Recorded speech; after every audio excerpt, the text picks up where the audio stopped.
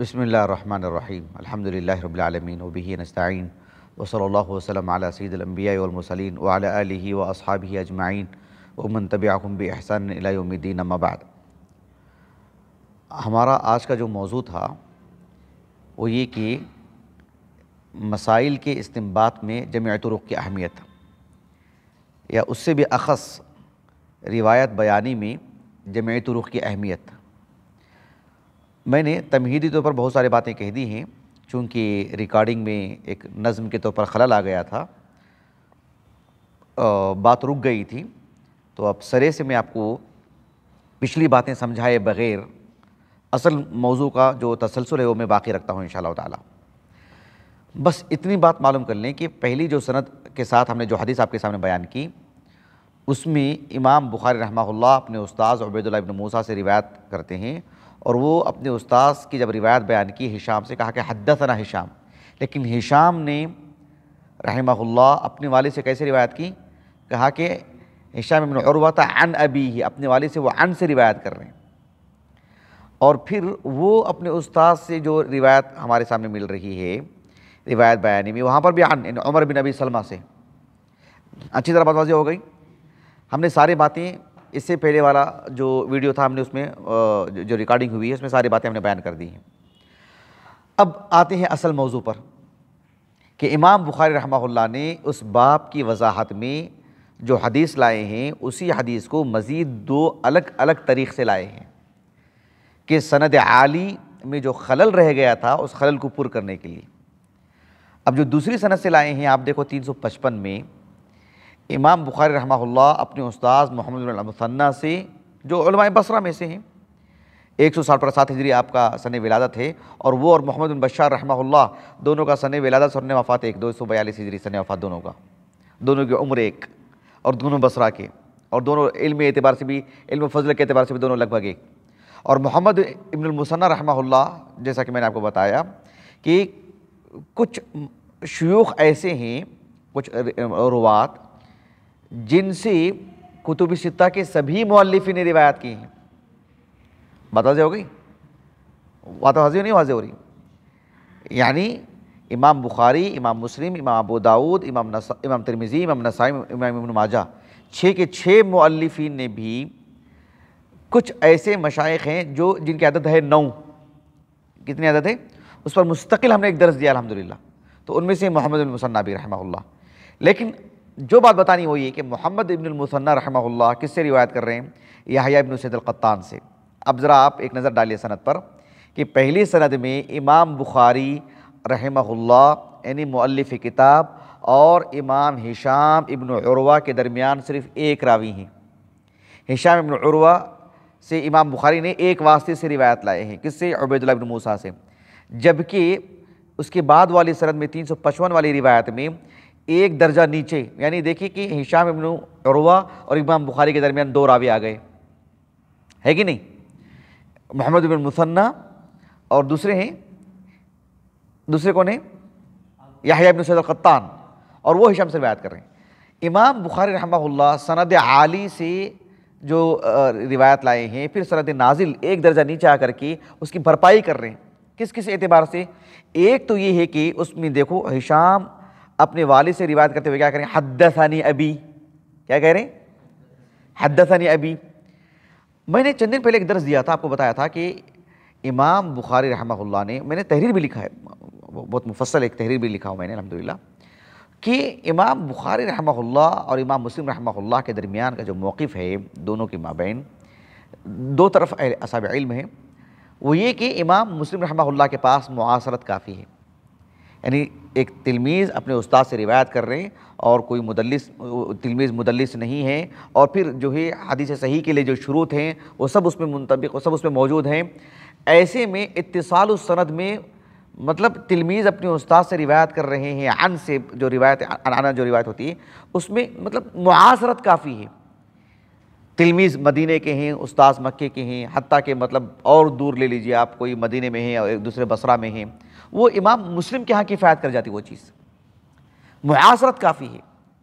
امام مسلم رحمہ اللہ اپنی صحیح میں امام ابو ہریرہ رضی اللہ عنہ کی کچھ ایسی روایت لائے ہیں جن کی تلامذہ یمن کے ہیں، بات واضح ہو گیا آپ کو؟ اور اس میں مطلب عنعنہ ہوا ہے، امام مسلم کے ہاں کفایت کر جاتی وجہ سے، اور اہل علم اصحاب حدیث نے اسے قبول کیا ہے۔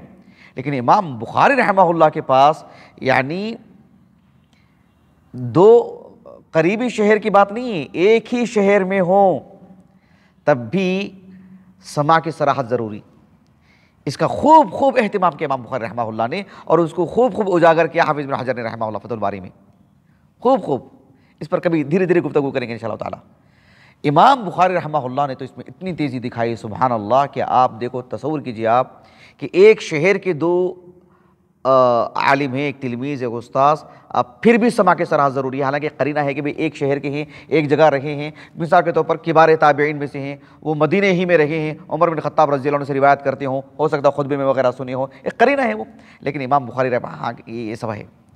علی بن المدینی رحمہ اللہ کا موقف ہے، وہ آپ نے یحییٰ بن سعید القطان سے لیا ہے، اور آپ نے امام شعبہ سے، اس پر کبھی میں تفصیل سے گفتگو کروں گا انشاءاللہ تعالی۔ میں نے بتایا تھا نا آپ کو، علی بن المدینی رحمہ اللہ کے علی اللہ کر کے پڑھ کر کے سنایا تھا کہ علی بن المدینی رحمہ اللہ زید بن ثابت رضی اللہ عنہ سے روایت کرنے والے اور ان کے فتویٰ کو عام کرنے والے تقریباً 14 سے 20 نام گنوائے ہیں۔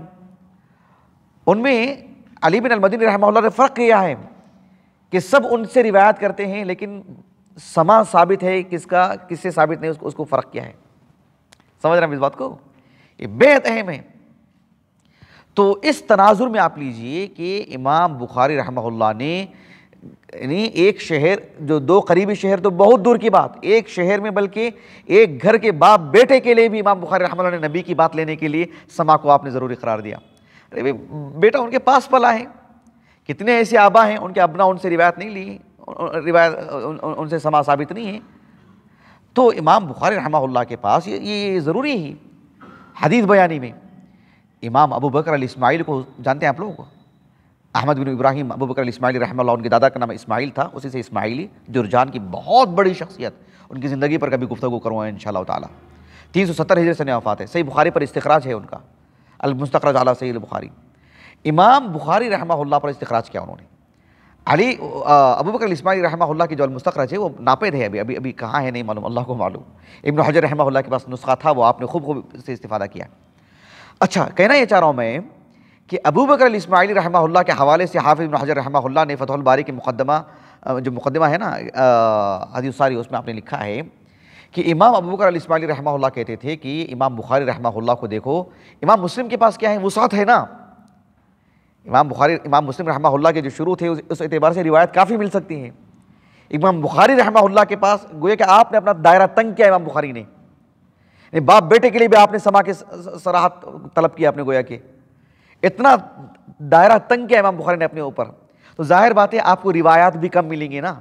لیکن ابو بکر الاسماعیلی رحمہ اللہ کہتے ہیں دیکھو اپنے اوپر دائرہ تو تنگ کیا، لیکن شریعت سب کے مقابل آپ نے سب سے زیادہ بیان کیا، آپ نے سب سے زیادہ مسائل تو آپ نے بیان کیے، یعنی کچھ حدیثوں کو رکھ کر کے آپ نے پورا دین آپ نے بیان کر دیا۔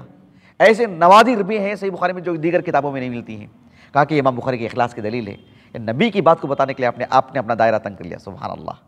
کہا کہ سماع کے صراحت ہو، تو دیکھو پہلی روایت میں ہشام باوجود اس کے کہ بیٹے ہیں سماع کے صراحت نہیں ہے، لیکن دوسری روایت سند نازل لا کر کے جو ہے کہنے کا حدثنی ابھی، اس کے صراحت کر رہے امام بخاری رحمہ اللہ۔ وہاں جا کر کے آپ کو چین آیا کہ امام بخاری اللہ کے رسول کی حدیث لانے کے لیے مطلب یہ سب کیا امام بخاری نے رحمہ اللہ۔ ایک فائدہ وہ ہوا سند نازل کا، جو سند عالی میں وہ نہیں ہے۔ دوسری چیز دیکھو پہلی سند میں کیا ہے کہ عمر ابن ابی سلمہ رضی اللہ عنہ صحابی رسول کیا کہہ رہے ہیں، ان النبی صلی اللہ علیہ وسلم صلی فی ثوب واحد قد خالف بین طرفی، کیا کہا ان النبی صلی اللہ علیہ وسلم، میں نے بتایا آپ کو کہ صحابی خصوصیت کے ساتھ جب اللہ کے رسول کا نام لے کر کے عن النبی صلی اللہ علیہ وسلم، ظاہر بات ہے وہ بعد والے روات کہتے ہیں، تھوڑی نا ایک تلمیذ اپنے استاذ کا نام لے کر کے عن النبی کہتے ہیں، ایسا ہوتا کیا؟ یعنی امام بخاری رحمہ اللہ اپنے استاذ کا نام لے کر کے کہیں گے کہ عن فلان، ظاہر بات ہے استاذ کا نام لے گے تو کہیں گے حدثنا فلان، ایسے نہ کہیں گے، لیکن بعد والے جو روات ہوتے ہیں سند میں وہ مطلب مسئلے کو ہلکا کرنے کے لیے، تخفیف کے لیے اس کو کیا کہتے ہیں عن فلان، ایسے کہہ دیتے ہیں۔ امام عبد الرحمن بن یحییٰ المعلمی رحمہ اللہ نے تنقیح میں لکھا ہے اس بات کو، میں نے تحریر میں لکھی ہیں یہ سب ساری چیزیں، غور کیجئے اس پر کہ عمر ابن ابی سلمہ رضی اللہ عنہما وہ کہتے ہیں کہ ان النبی صلی اللہ علیہ وسلم، اس میں احتمال ہے نا کہ اللہ کے رسول سے انہوں نے سنا ہے کہ نہیں سنا، دیکھا ہے کہ نہیں دیکھا ہے، احتمال ہے نہیں ہے، اس احتمال کو بھی سند نازل سے دور کیا جا رہا ہے. وہ کہہ رہے ہیں کہ انہ رأى النبی صلی اللہ علیہ وسلم، گویا کہ ان کا اپنا ذاتی مشاہدہ ہے، کسی سے سن کر کے نہیں سنا رہے ہیں. وہ سند نازل سے فائدہ ہوا نہیں ہوا؟ دوسرا فائدہ ہوا. تیسرا فائدہ دیکھیے، پہلی روایت میں ہے سند عالی میں عمر ابن ابی سلمہ رضی اللہ عنہ کہتے ہیں کہ ان النبی صلی اللہ علیہ وسلم صلی فی ثوب واحد، لیکن صلی ہے نا، نماز پڑھی آپ نے، اینا صلی، کہاں نماز پڑھی، اس کی نشاندہی نہیں، وہ سند نازل میں ہے. کہا کہ فی بیت ام سلمہ تھا، ان کی والدہ کا گھر، ام سلمہ کے گھر میں. یہ ساری باتیں حافظ ابن حجر رحمہ اللہ نے فتح الباری میں لکھی ہیں. میں خلاصہ کر کے آپ کو بتا رہا ہوں. سند نازل میں فائدہ ہوا نہیں ہوا؟ سمجھ رہے ہیں؟ اچھا، پہلی سند میں کیا ہے؟ سند عالی میں عمر ابن ابی سلمہ رضی اللہ عنہ کہتے ہیں کہ قد خالف بین طرفی، کہ مطلب چادر کا ایک حصہ ادھر ڈالا، ایک حصہ ادھر ڈالا. دونوں احتمال ہے نا دونوں باتوں کا، کہ کندھے پر رکھ کر کے بھی ڈال سکتے ہیں اور بغل کے نیچے سے بھی ڈال سکتے ہیں، بغل کے نیچے سے لے کر کے ایسا ڈالیں، بغل کے نیچے سے لے کر کے ایسا ڈالیں، دونوں صورتیں ہو سکتی ہیں نا. لیکن سند نازل میں ایک اور فائدہ ہو رہا ہے. کہ کیا فائدہ ہو رہا ہے؟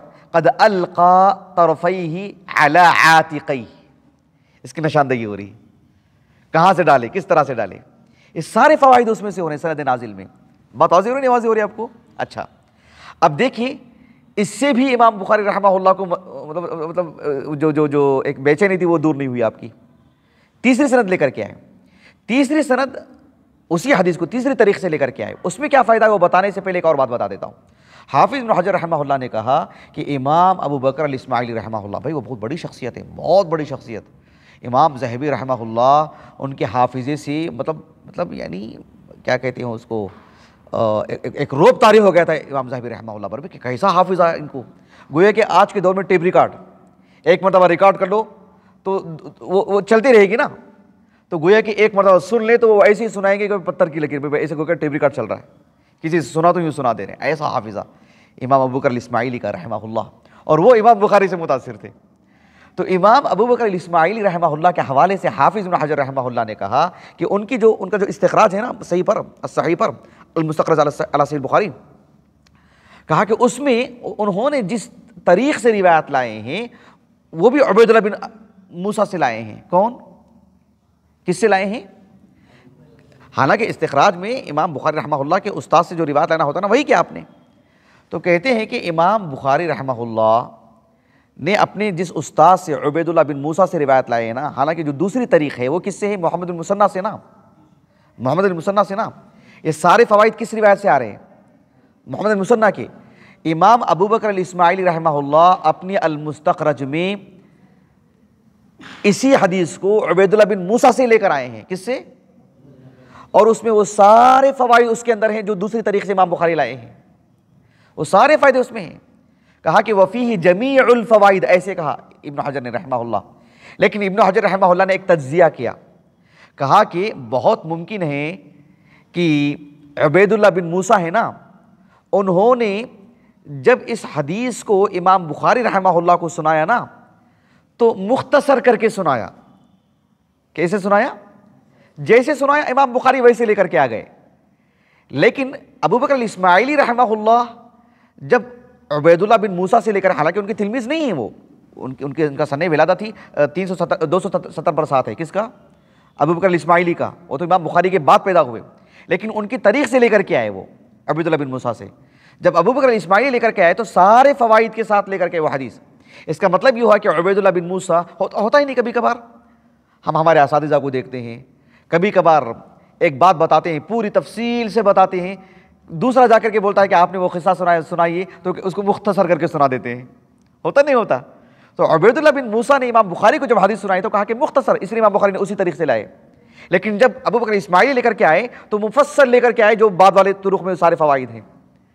معلوم یہ ہوتا ہے کہ عبید اللہ بن موسیٰ یا دیگر محدثین کی بھی عادات ہیں کہ کبھی اسے مختصر کرتے ہیں، کبھی اسے مفصل سنا دیتے ہیں. تو کہا ایک تجزیہ کیا ابن حجر نے رحمہ اللہ. بات واضح ہو گئی؟ اب دیکھو، اب تیسری سند سے کس سے لے امام بخاری رحمہ اللہ نے؟ عبید ابن اسماعیل سے. کس سے؟ کتب ستہ میں صرف صحیح بخاری میں ان کی روایت ہے، علماء کوفہ میں سے ہیں. اہل علم کہتے ہیں کہ ان کا نام تھا عبداللہ لیکن لقب تھا عبید، عبید ابن اسماعیل، عبید ابن اسماعیل، 250 ہجری سنہ وفات ہے ان کا، صرف صحیح بخاری میں روایت ہے۔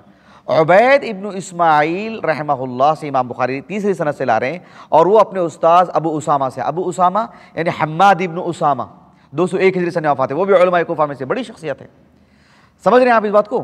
لیکن اس سند کا فائدہ کیا ہے؟ دیکھو اس سند اور متن کا، دوسری طریق سے سند اور متن کا فائدہ ہم نے بتا دیا، جس سے سند عالی میں جو خلل تھا وہ خلل دور ہو گیا۔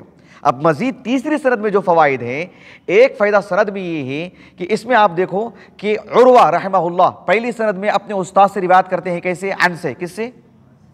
اور دوسری سند میں عن سے، جبکہ تیسری سند میں آپ دیکھو ان عمر بن ابی سلمہ اخبرہ، ہشام رحمہ اللہ اپنے والد سے روایت کر رہے ہیں، بھلے ہی وہ عن سے روایت کر رہے ہیں، لیکن عروہ بن زبیر بن عوام رحمہ اللہ کا جو عنعنہ جو پہلی اور دوسری سند میں تھا وہ تیسری سند سے دور ہو جا رہا ہے، وہاں سما کی صراحت ہو رہی ہے، ان عمر بن ابی سلمہ اخبرہ۔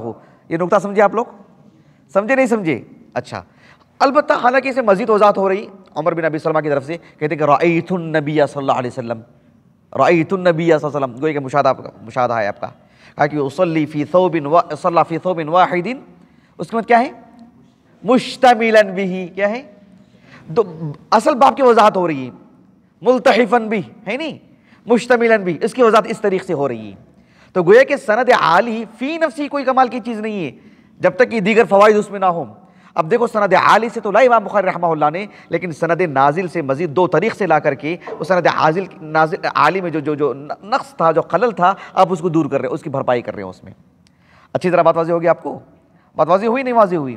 جی، یہ سب جو ہے دیکھو، یعنی جو ہمارا موضوع ہے سمجھانے کا وہ یہ کہ حدیث پر حکم لگانا ہو یا خاص طور پر اس کا جو نتیجہ ہے، تبھی تو مسائل مستنبط کیے جاتے ہیں، اور مسائل کا استنباط ہو جمع الطرق سے۔